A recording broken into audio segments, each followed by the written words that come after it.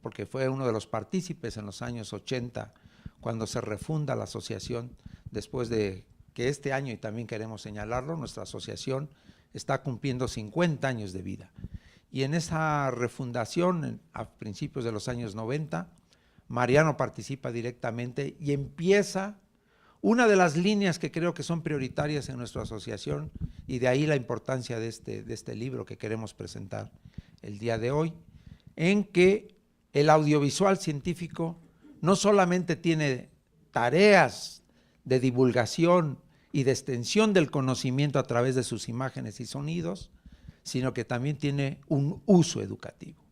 Mariano se adherió a esa corriente que desde la asociación se impulsaba, de que toda imagen científica es una imagen educativa,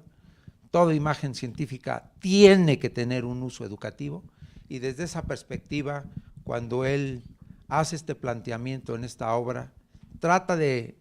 reflexionar un poco en torno a esto, pero sobre todo hace algo muy importante,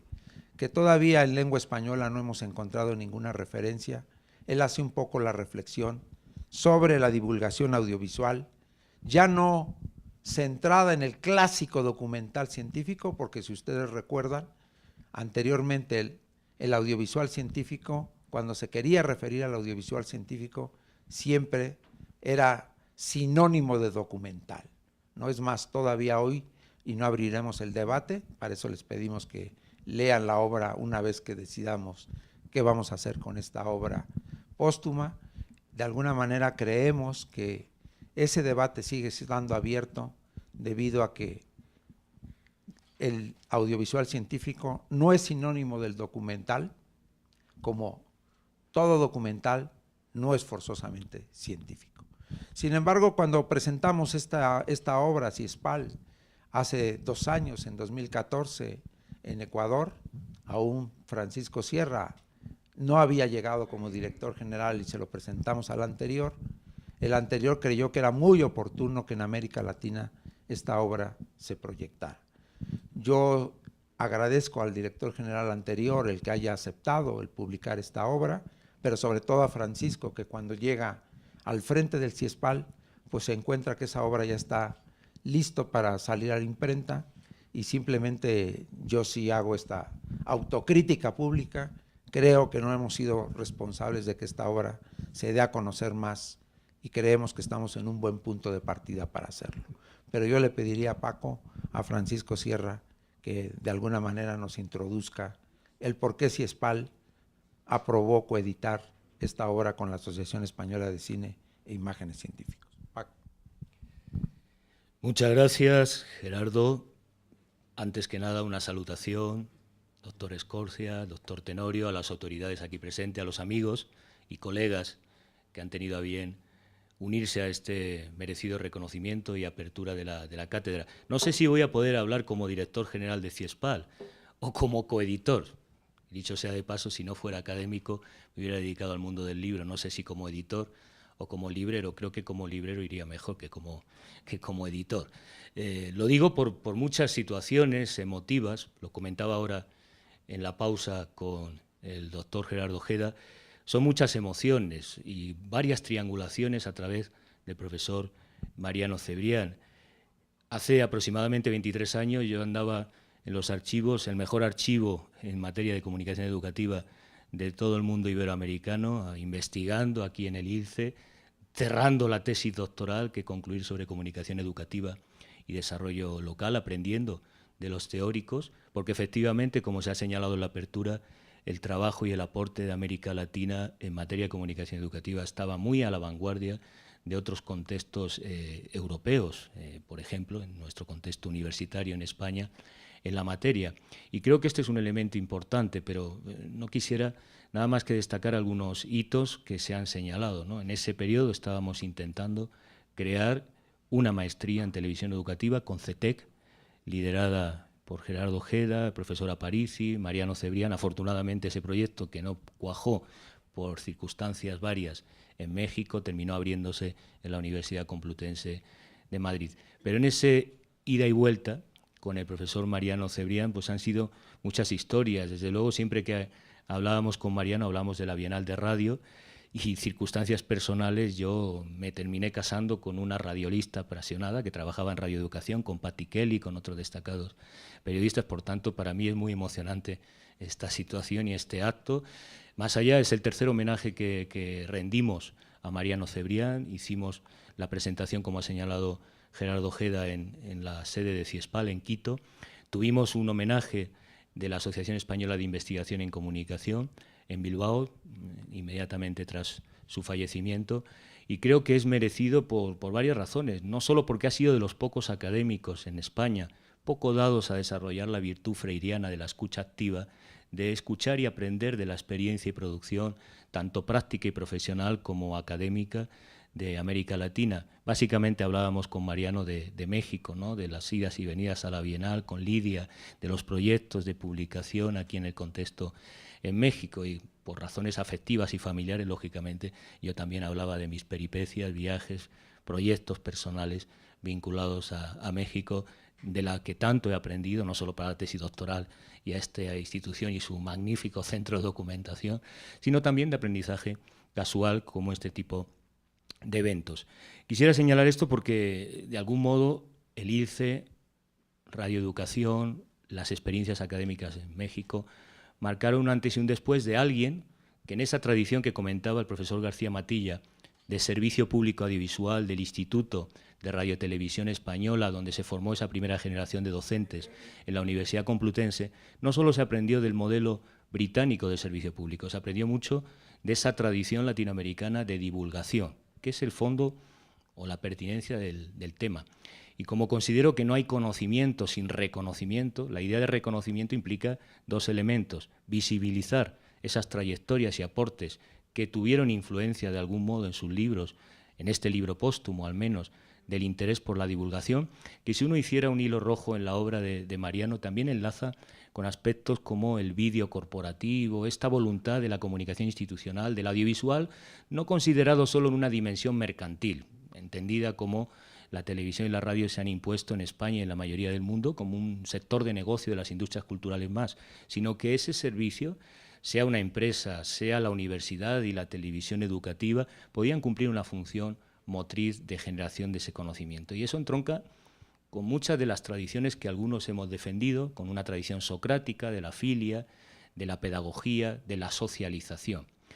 Yo siempre vengo afirmando que la comunicología es una ciencia de lo común y que no hay comunicación sin comunismo. Y sin comunismo implica que hay un principio de comunalidad básico. Es decir, cuando hablamos de divulgación es justamente algo muy despectivo, que es la vulgaridad, el vulgo, la plebe, ese sentimiento plebeyo.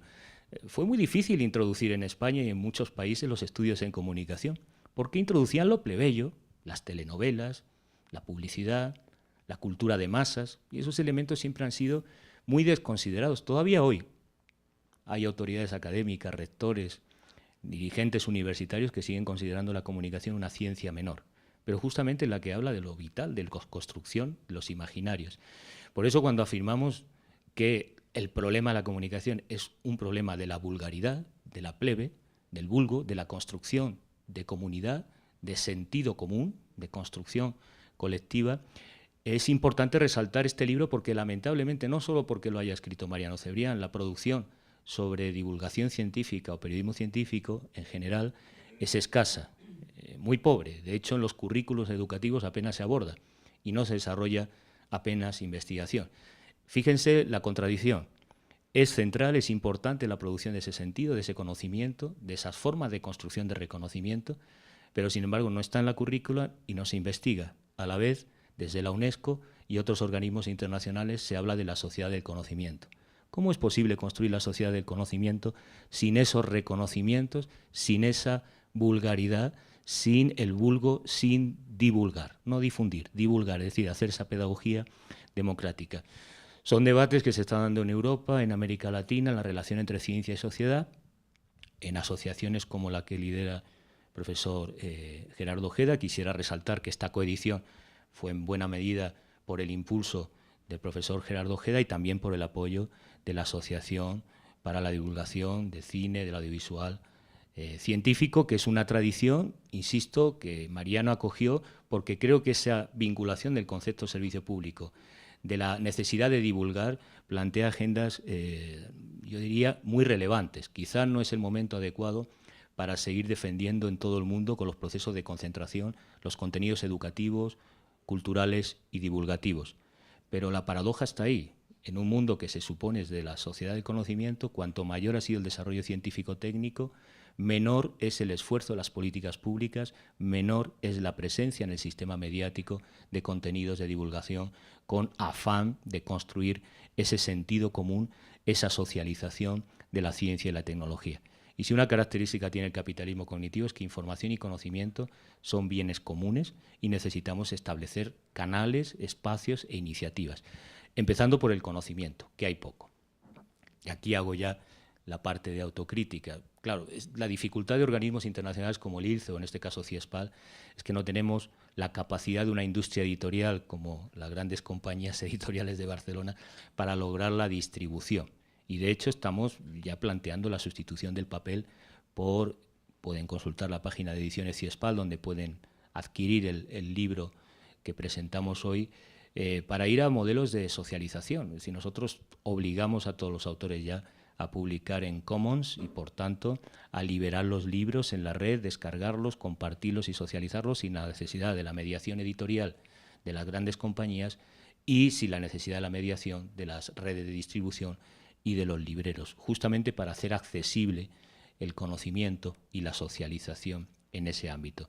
Yo creo que ahí hay una tradición fuerte. Se citaba antes el Instituto de Radiotelevisión, donde se formó y tuvo un liderazgo importante el profesor Mariano Cebrián, pero quisiera señalar la importancia de la dimensión multimedia, porque en el libro hay un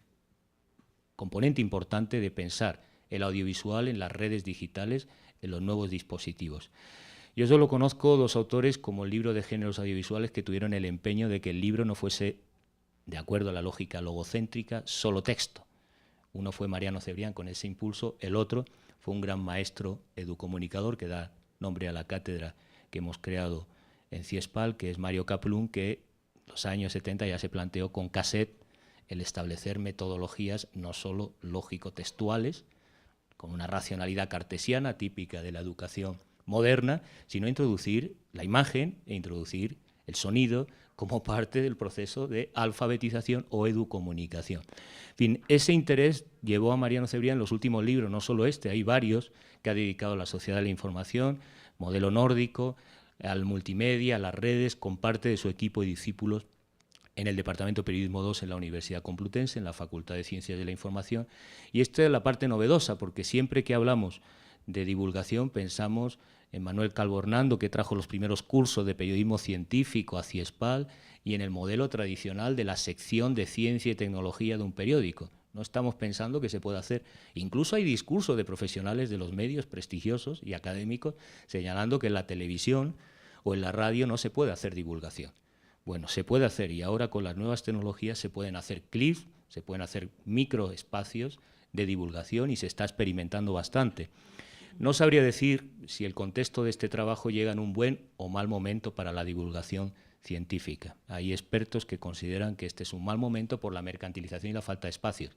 pero de otro análisis estamos observando que en las redes, en los portales, pero también en los contenidos de la radio y la televisión generalista hay más espacios que antaño, a pesar del proceso de mercantilización de los servicios públicos audiovisuales, si hablamos de Europa, o en general de América Latina, de la lógica y dominio de los medios mercantiles y comerciales. A pesar de eso, se han incrementado el número de horas, espacios,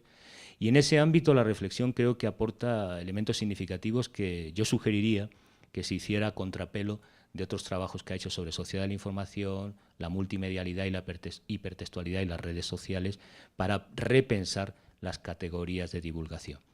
Ese modelo de divulgación tradicionalmente lo hemos pensado con una visión paternalista,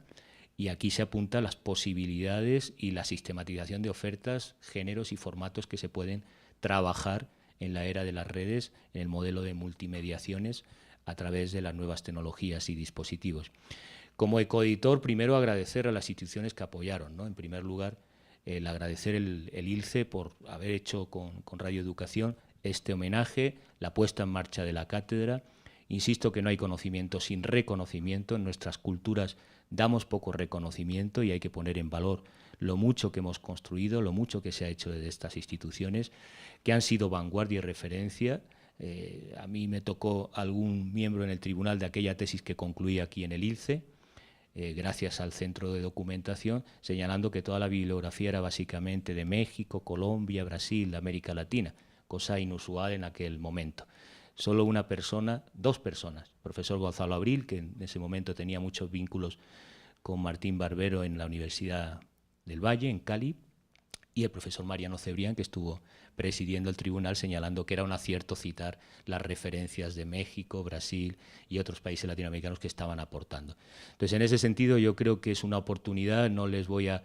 desgranar los contenidos del libro. Es accesible a través de la plataforma de ediciones CIESPAL y vamos a intentar a ver si a través del ILCE podemos buscar redes de distribución. Nos interesa ya también la producción que hace de calidad excepcional el ILCE, poder difundirla en nuestra librería y desde Quito, desde CIESPAL, para otros espacios, porque eso es importante, la cooperación. Y esta es una prueba justamente en torno a una persona, de esas triangulaciones múltiples que señalaba, de intereses variados, que hizo posible la coedición y la presentación, ya que fue hace unos años en Quito, y que espero que tenga continuidad, porque el libro, como otros, todavía el texto de teoría y técnica de información audiovisual que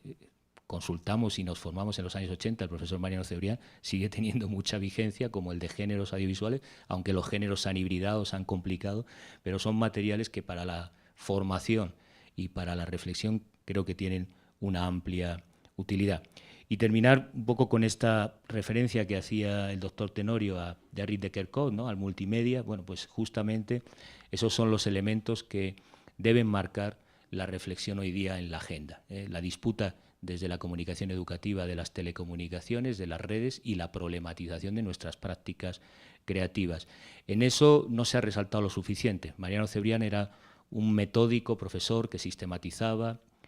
ponía a la orden del día el estado del arte en la materia, fuera de divulgación, fuera del vídeo, fuera sobre sociedad de la información, pero además aportaba, como ha señalado el profesor García Matilla, algunos conceptos innovadores que, si se leen con potencialidades, con otras experiencias prácticas, admitirían lecturas productivas, y creo que agendas para instituciones como el ILCE o como CIESPAL, que tenemos un empeño por construir esa cultura plebeya, esa cultura de lo común, ese principio comunista que es imprescindible si hablamos de información y conocimiento, de socialización, en definitiva, del vulgo, que es lo que no se ocupan habitualmente las universidades, porque entienden que es un género menor de la ciencia. Los propios científicos siguen mirando despectivamente esta labor. Fíjense que hablamos de redes y tecnología, pero quizás son los sujetos los que más nos va a obligar a trabajar desde la perspectiva de la política pública y desde la academia, transformaciones en este ámbito. Espero que la edición les guste cuando lo consulten. Estábamos en un proceso de transición y mudanza de diseño editorial, y como editor no pudimos concluir para este libro, que tenía que haber salido finales de 2014 y que se demoró un poco, con el nuevo diseño editorial, pero no obstante el texto creo que reúne las condiciones de calidad por el autor y de excelencia que ha marcado la historia. A los 57 años, somos más jóvenes que el ILCE, de CIESPAL, para seguir promoviendo este tipo de contenidos que lamentablemente no están en los catálogos editoriales tradicionales y en otras instituciones de educación superior que se ocupan en menor medida. Así que les haría una invitación a esa lectura, y mi reconocimiento a los organizadores por el homenaje merecido al profesor Mariano Cebrián, desde aquí, a través de la Cátedra Mario Kaplún y desde luego de la institución que represento, CIESPAL, que damos a disposición para colaborar en Quito, aquí en Ciudad de México, en las actividades de la cátedra, y espero que no sea la última coedición, que sea la primera de una larga colaboración interinstitucional para seguir trabajando en esta misma línea. Muchas gracias. No has terminado, Paco. Esto fue el primer turno, viene la segunda vuelta, que es la última, y ya te dejamos. Pero sí quisiéramos reflexionar con todos ustedes, un poco también dar cierta información. Cuando la Bienal Internacional de Radio nos planteó ese tema, que es el tema que ojalá sigamos profundizando, muy ligado a la ciencia, porque, sabes, para mí fue una sorpresa saber que la Bienal Internacional de Radio se centraba en temas científicos y en divulgación de la ciencia,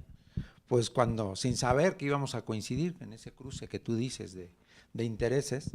pues inmediatamente me vino a la mente, y creo que sí se los comenté a los responsables de Radio Educación, que teníamos la obra de Mariano Cebrián, justamente dedicada a la divulgación científica.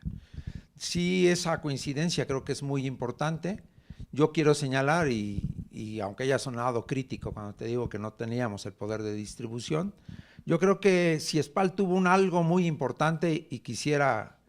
sin compromiso de Antonio ni de Hilda aquí, cuando escucho que se irán a un estado de México a hacer la parte académica, que retomáramos esta obra, porque CIESPAL tuvo la buena oportunidad de que cuando lo evaluaron este libro para saber si era publicado o no, dijeron que tenía un fin didáctico. De ahí que si ustedes leen en el libro se presenta como un material didáctico. Este libro, de alguna manera, ha dado ya, y lo hicimos en Quito cuando lo presentamos, un taller. Sí creemos y seguimos creyendo que estamos muy huérfanos todavía en la formación. Es verdad que existió el periodo del periodismo científico, estuvo muy de moda. La UNAM tiene todavía hoy un máster o una maestría o una especialización en periodismo científico, pero sí nos dimos cuenta que, igual que las ciencias de la información venían del periodismo, de las carreras de periodismo, y que ahora todas las carreras se reivindican como ciencias de la comunicación, yo creo que en el tema de la ciencia seguimos estando muy huérfanos y seguimos pensando en términos de periodismo científico como un periodismo especializado, cuando hoy día teníamos que estar hablando de comunicadores de la ciencia y la tecnología. Lo que tú decías es muy pertinente. No hay asignaturas, o son muy difíciles de encontrar en las currículas de las carreras, en las licenciaturas de Ciencias de la Comunicación. Hay algunas instituciones que lo ofrecen, ¿no? Disciplinas. Igual que la comunicación educativa no existe como disciplina en la gran mayoría de las carreras de Ciencias de la Comunicación, evidentemente no hay asignaturas dedicadas a la comunicación de la ciencia y la tecnología. Aquí en el ILS hemos planteado desde esa vertiente de que hay que trabajar la formación para especializar comunicadores de la ciencia. Nosotros en esta reestructuración del plan de estudios que hemos hecho de la maestría, hemos abierto una línea de investigación y de estudio,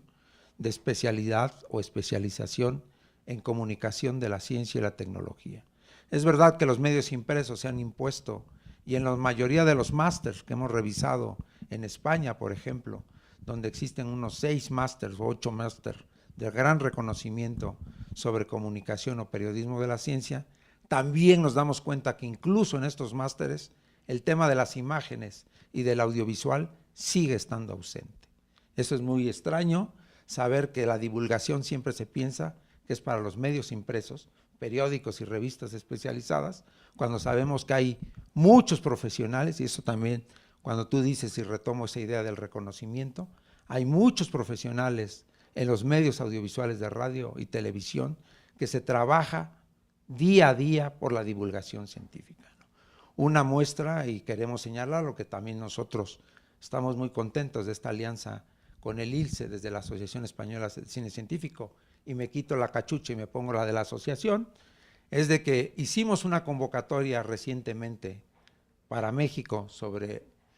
el audiovisual científico, y en un mes y medio pudimos recopilar 94 trabajos de televisión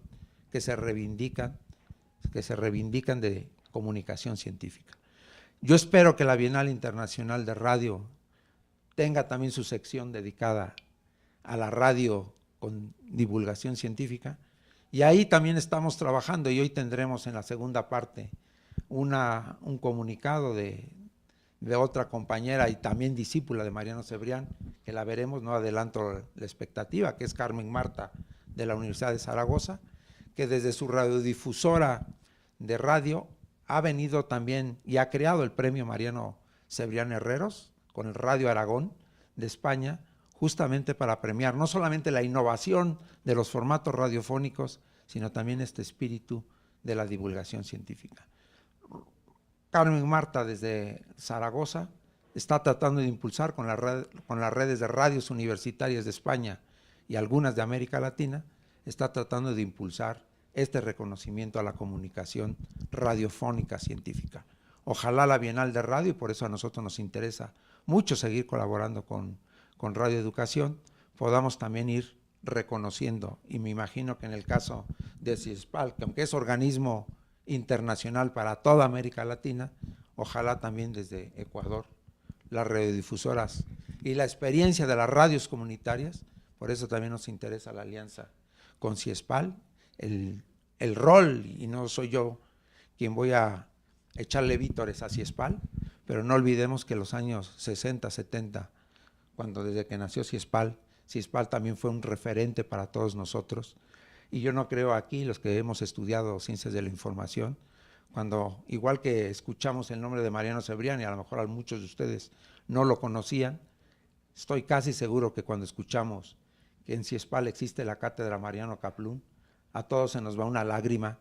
recordando el manual de radio que se publicó gracias a CIESPAL y que todos nos empapamos, ¿no? Para nosotros fue una sorpresa. Más sorpresa fue cuando llegó a España y dijeron, ¿cómo existe un manual de radio cuando nosotros nunca lo habíamos generado? Ese homenaje a Mario Kaplún, nosotros también nos queremos adherir y seguramente charlaremos en ese eje de cómo podemos vincularnos a la cátedra Mariano Kaplún, porque también hay que decirlo, el ILSE tiene que reconocerle mucho a Mario Kaplún, porque el ILSE en los años 60 formó, yo creo, a lo mejor me equivoco, pero yo creo que formó a los profesionales de la radio en general, ya no solamente la educativa y cultural, y los formó con ese libro que venía de CIESPAL, que el ILSE lo importaba de CIESPAL, lo traía aquí, y aunque lo vendía más caro, de alguna manera lo distribuía el propio ILSE a través de sus talleres de formación de radio. Hay que recordar que los primeros locutores en México, antes de que la Dirección General de Televisión Educativa o el CETE, que está aquí presente, y a los cuales les agradezco mucho que estuvieran y que daban la certificación de locutores, el ILSE era el que formaba justamente estos locutores, no solamente de México, sino de América Latina, y gracias a Mario Kaplún. Este libro, pues, para concluir, tiene dos apéndices, un apéndice en el cual desde la Asociación Española de Cine Científico propusimos que escribiera en torno al libro, que es la participación de un gran,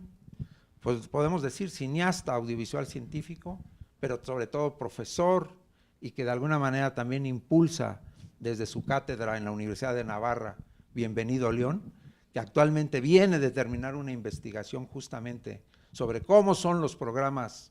que actualmente circulan por la red. Esta es una investigación financiada por el Ministerio de Ciencia y Tecnología de España, pero que ojalá pronto sea publicada para que la conociéramos. Pero él reflexiona sobre la obra de Mariano Cebrián y creo que lo recoge. El segundo apéndice es justamente el apéndice que pidió Francisco Sierra, que no vamos a detenernos mucho porque ya lo conocimos y quizá nos aburrimos de él, que es la aportación de Agustín García Matilla a la obra. Pero yo sí quisiera, para concluir, Paco, que des tu última reflexión a estas palabras y a esta provocación que te hago. Bueno, como aquí se ha citado a Engels, y yo vengo de un país que íbamos a tener una dupla presidencial Lenin-Marx, finalmente Lenin-Glass, no salió la dupla adecuadamente, vamos a aceptar la provocación en tres sentidos, ¿no? Yo creo que uno, fundamental, y en esta alianza que firmamos y suscribimos el día de hoy, CIESPAL y ILCE, yo creo que necesitamos mucha más capacitación, porque efectivamente